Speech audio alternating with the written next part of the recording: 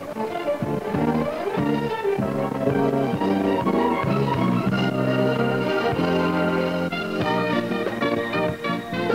New World Order is coming. Are you ready? Stand by for insights so startling you will never look at the news the same way again. For the next 30 minutes, you will be on the cutting edge. This is David Bay, Director of Cutting Edge Ministries, on the internet at www.cuttingedge.org, a fundamental Baptist outreach ministry uniquely trained in black magic witchcraft, the prophesied religion of Antichrist. When you view the daily news through a double lens of Bible prophecy and doctrine on the one hand, and a knowledge of black magic witchcraft on the other, you will only then truly understand the events and our leaders of the day. The views expressed belong to us and are not necessarily shared by this station. Stand by for eye-opening news. Today's program is entitled The Satanic Activities of Secret Societies and is program number CER 1117, that is 1117. In past programs, we have stated that the New World Order, that's the kingdom of Antichrist, could not have been realized had it not been for the intense activities of various secret societies throughout the world.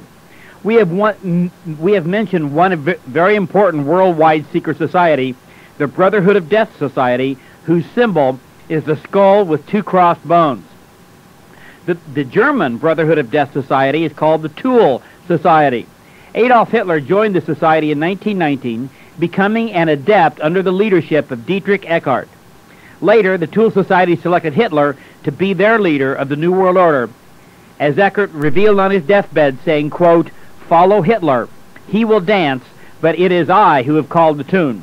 I have initiated him into the secret doctrine, opened his centers in vision, and given him the means to communicate with the powers," unquote.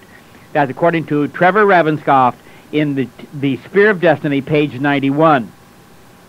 In August 1991, President George Bush announced that the world had now entered into a new world order. Shockingly, President Bush is an adept in an American Brotherhood of Death Society, the Yale Skull and Bones Society. As we stated earlier, Bush's New World Order is virtually identical with Hitler's. The key connecting point is the common membership in their respective Brotherhood of Death Societies. Even more shocking is the fact that President-elect George W. Bush is also a member of Skull and Bones, as reported in an article called The Secret Ingredient, The Witness News, by Curtis Dixon in July 1999, and he was quoting an article in the Washington Dateline. One of the most important understandings to gain is that this elite Illuminous society requires members to affirm that Jesus performed his miracles through the power of witchcraft. This is the unpardonable sin, which means that an initiate of Skull and Bones who affirms this belief cannot ever be saved later again in his life. Now let's study this connection between these two Brotherhood of Death secret societies, the German Thule Society and the American Skull and Bones, in depth today. Let us begin with a quick overview of the Thule Society, beginning with a study of its practices and relevant history. We shall be taking our information from a book written by a practitioner of white magic witchcraft, Trevor Ravenscoft, in The Spear of Destiny. White magic folk really and uniquely understand black magic. They were Satanists, he says, who practiced black magic. This means that they were, quote, solely concerned with raising their consciousness by means of rituals to awareness of evil and non-human intelligences in the universe, and with achieving means of communication with these intelligences, unquote. That's on page 161. Concentrate on that seemingly innocent ritual or word rituals. Christians equate a ritual to a church service, thereby not understanding its occultic meaning. The New Age Dictionary defines ritual as, quote, a ceremony to restore balance with nature and bring back lost harmony and sacredness, unquote. Remember, we are dealing here with the satanic world, where good is called evil and evil good. The sacredness mentioned here is a satanic sacredness. Rituals literally are prescribed activities designed to allow demonic power to flow through the participants. These activities are prescribed chants, formula wordings, and carefully planned actions. As we noted last week, the effect is devastatingly powerful, as demonic force pours through the participants, delivering a counterfeit spiritual experience which literally transforms their lives. Never skip over the word ritual, as it is a word of satanic power. Thule members practiced a form of sexual magic derived from a lodge of which Aleister Crowley was a member. Crowley was recognized as the foremost worshiper of Satan in the 19th century. Ravenscroft says, quote, the origin of this medieval magic can be traced to a Freemason, Robert Little, who founded the Societas Rosicruciana in 1865. That's on pages 164 and 65. While the actual sexual perversions which are practiced in these rituals are too offensive to share, the results are not. Author Ravenscroft stated that, quote, indulgence in the most sadistic rituals awakened penetrating vision into the evils of that indulgence in the most sadistic rituals awakened penetrating vision into the workings of evil intelligences and bestowed phenomenal magic powers. This is the Thule Society. Ravenscroft records the effect of these sexual magic rituals upon Hitler. He said, quote, sexual perversion took a central place in Hitler's life. A monstrous sexual perversion was the very core of his whole existence, the source of his mediumistic and clairvoyant powers, and the motivation behind every act through which he reaped a sadistic vengeance on humanity.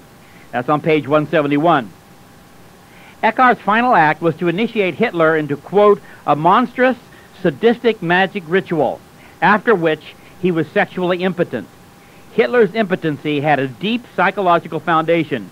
He knew sexual fulfillment only through the extremes of sadism and masochism.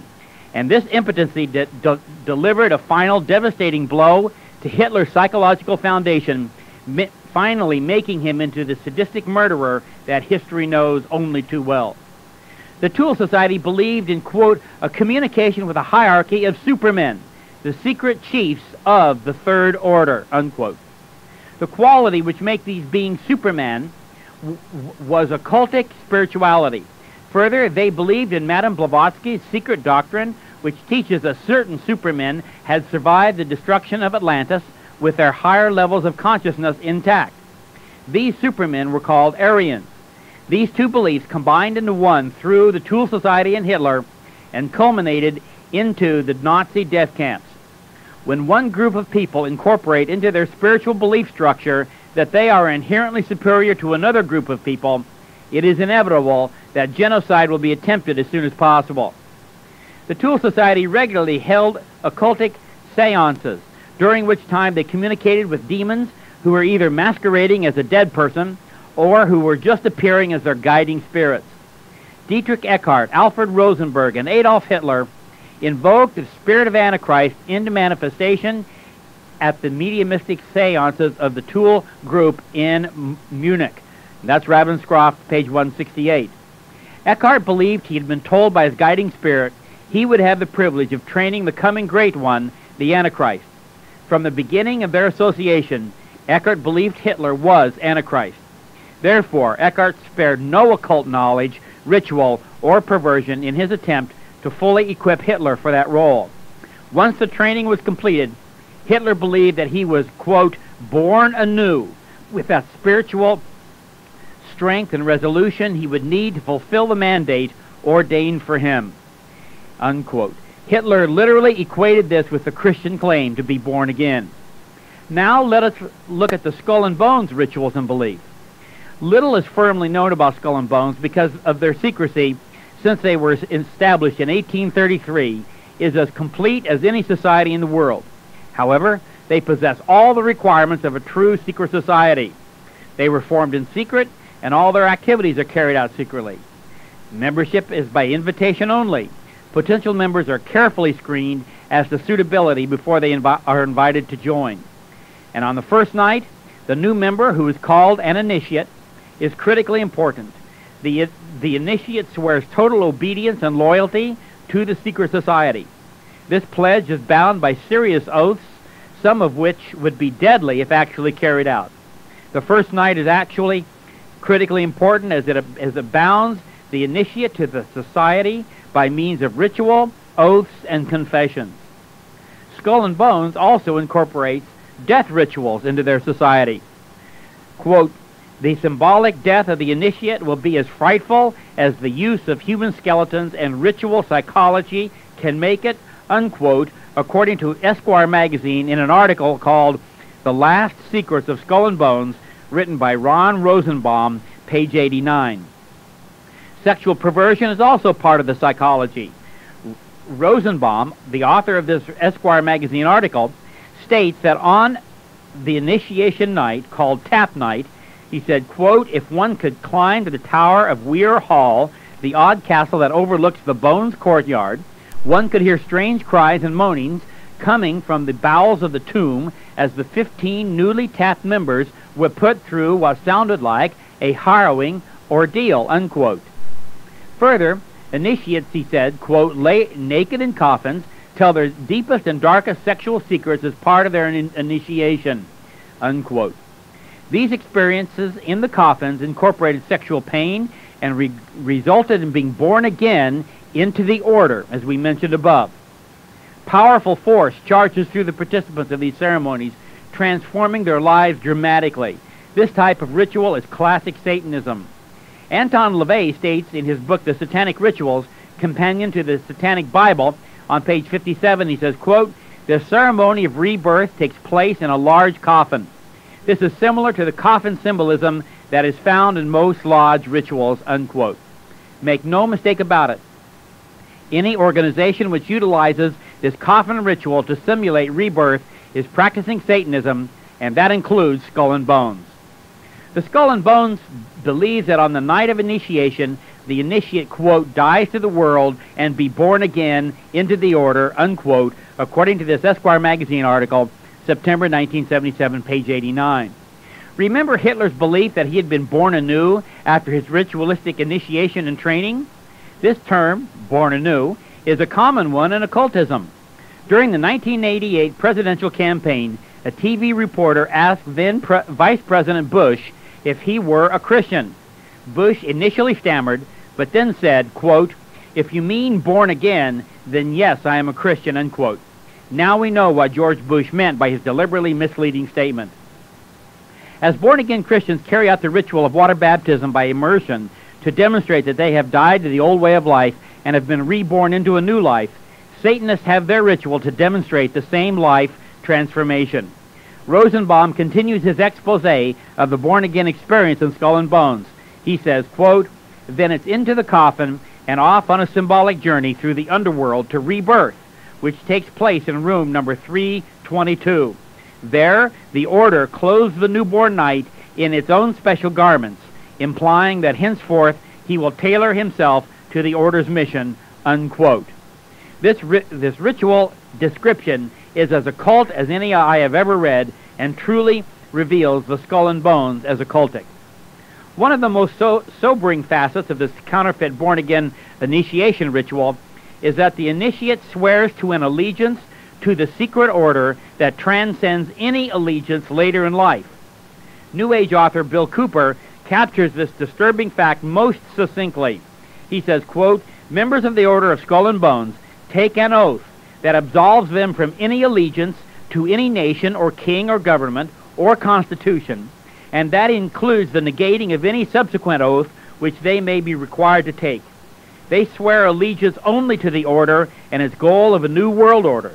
According to the oath Bush took when he was initiated into Skull and Bones, his oath of office as President of the United States on January 20th, 1989 means nothing. That, unquote. That's Cooper and Behold a Pale Horse, pages 81 to 82. Since the oath as president occurred after the oath to Skull and Bones, it is not worth the paper on which it is printed. That kind of hold is powerful. Indeed, as Ron Rosenbaum began the research necessary to write his article for Esquire, he was warned about the power of Skull and Bones. He was warned, quote, the power of bones is incredible.